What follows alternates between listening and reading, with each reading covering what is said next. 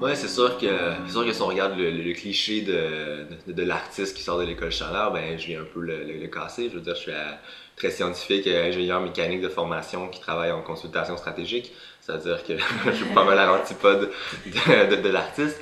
Mais ce que je dirais que l'école m'a beaucoup apporté, en fait, c'est une capacité on avait plusieurs cours. Et ça, je pense que c'est quelque chose qui m'a toujours impressionné. C'est de voir à quel point, en plus des cours de français, des cours d'anglais et les cours classiques, on avait tous les cours de dessin de forme, de travaux manuels, de chant, d'orchestre. Tu finis par les nommer, puis tu te demandes comment tu fais pour mettre tout ça dans un horaire. Et je pense que c'est par la suite que je le réalise, puis que je me dis, mais est-ce que ça m'a apporté? Ça fait en sorte qu'aujourd'hui, je me considère comme une personne très, très diversifiée. C'est-à-dire que autant que je vais avoir ce côté scientifique-là, mais je joue de la guitare, je fais beaucoup de sport, tout ça.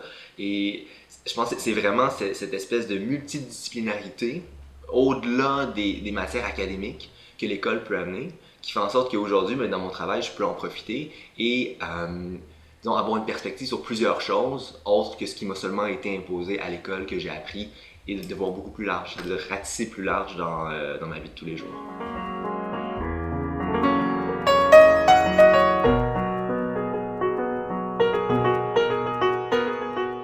Je savais que le côté scientifique était partie entière de ce que j'allais faire.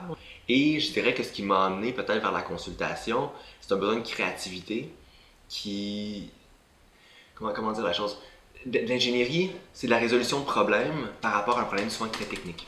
Ce que je fais en ce moment, c'est la résolution de problèmes, est complètement at large. Je ne peux pas être un maillon qui ne comprend pas ce qui vient avant ou ce qui vient après.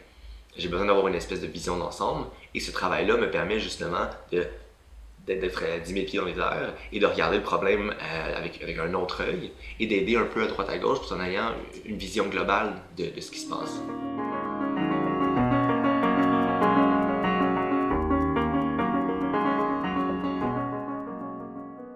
J'ai l'impression que justement d'avoir la capacité de toucher un peu à tout à l'école a vraiment aiguisé chez moi une curiosité de connaître, de voyager, de m'ouvrir sur le monde.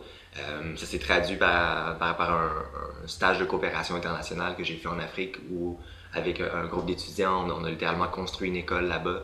C'est-à-dire, pendant 6 mois, on était en sol africain à construire la chose.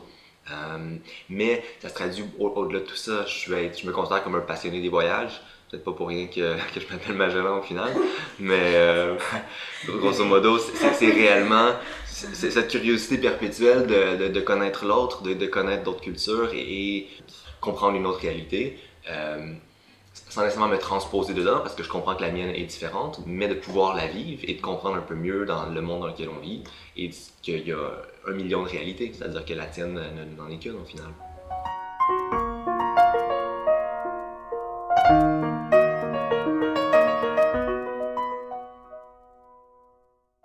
Quelque chose dont j'ai beaucoup retiré de l'école, c'est cette autonomie que tu peux développer parce que justement,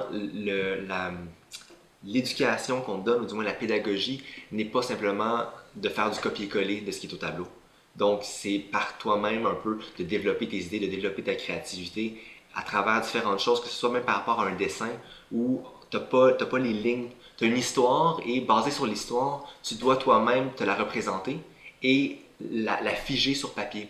Mais cette espèce de processus-là, de passer à des paroles, ou du moins d'une histoire à quelque chose de tangible, versus avoir quelque chose qui t'est imposé et que tu dois recopier, te permet toi-même de te développer et d'aller chercher une valeur ajoutée, si on veut, dans ta créativité et dans ton autonomie en tant que personne.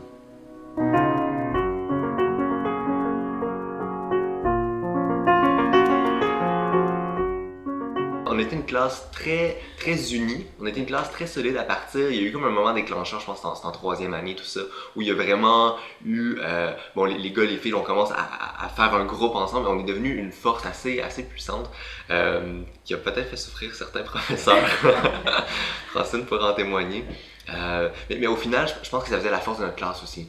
C'est-à-dire qu'on était capable de faire de grandes choses quand on s'y mettait.